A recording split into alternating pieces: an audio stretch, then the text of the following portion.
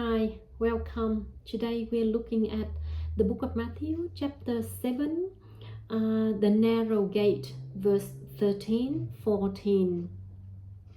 Enter by the narrow gate, for the gate is wide and the way is easy that leads to destruction, and those who enter by it are many.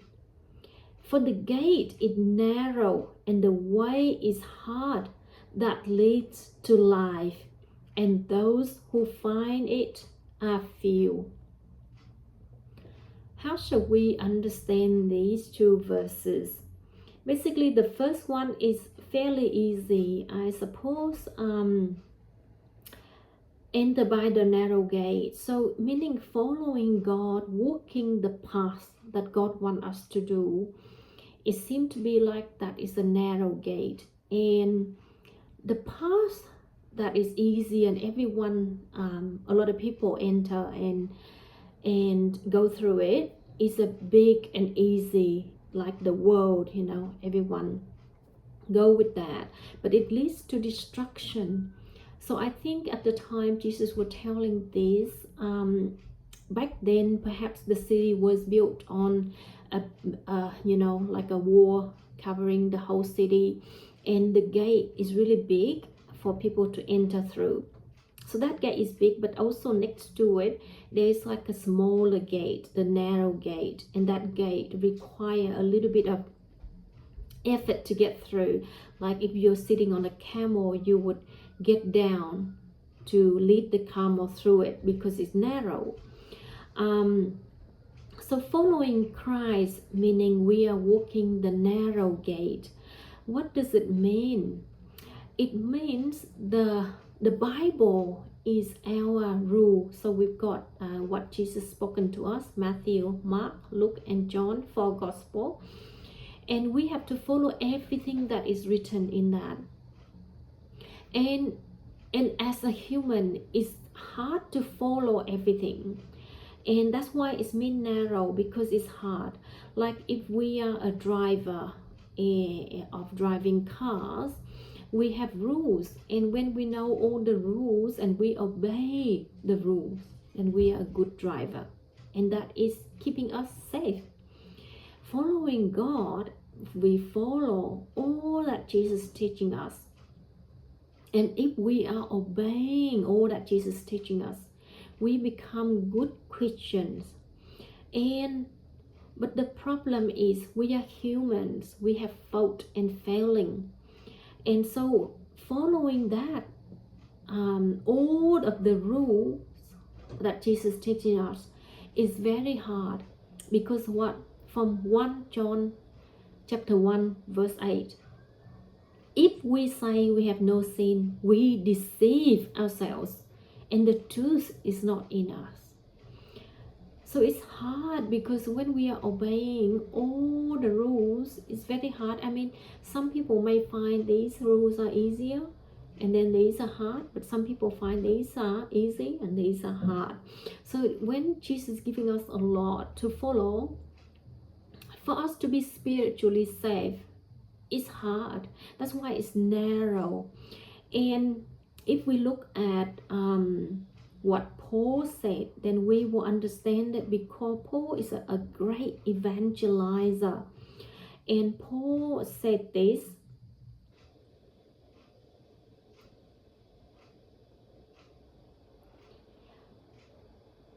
for the desires of the flesh are against the spirit, and the desires of the spirit are against the flesh.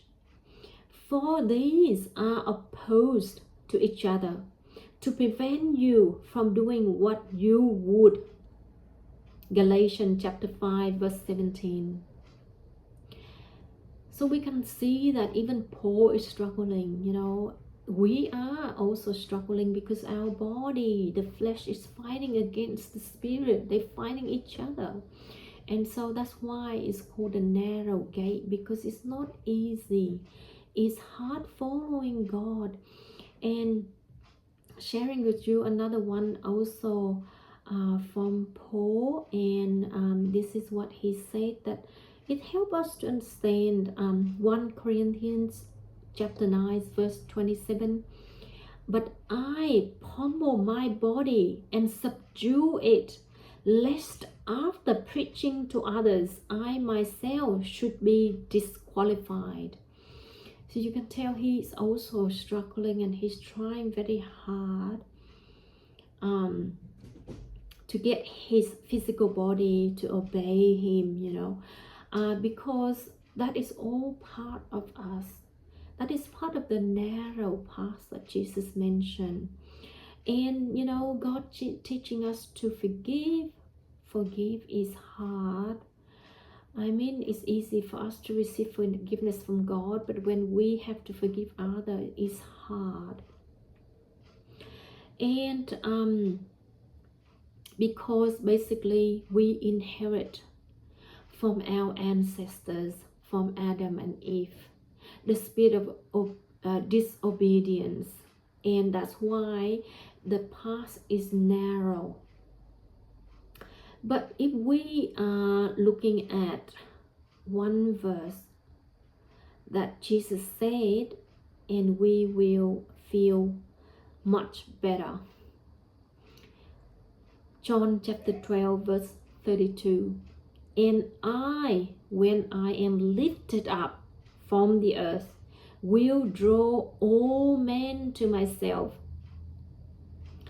So with God, everything is possible. And Jesus already said here that he will draw all men to myself. So meaning the powerful force of Jesus Christ drawing and drawing the whole human race to heaven. Jesus has already died on the cross, and it was very hard, a lot of suffering. Jesus doesn't want that to go to waste. Jesus wants everyone to receive it. He wants to have that powerful force drawing us to. So if we have done something great, obviously we didn't want it to go wasted. We want everyone to benefit. Jesus wants everyone to benefit from his death on the cross. And so that's why when he rose to life, from that moment he will powerfully draw us. And can you imagine that the design and the fulfillment concept, right? Like a man going out to build the house, he make the design of the house, then he built the house according to the design, and when the house completed, it become the fulfillment of that design.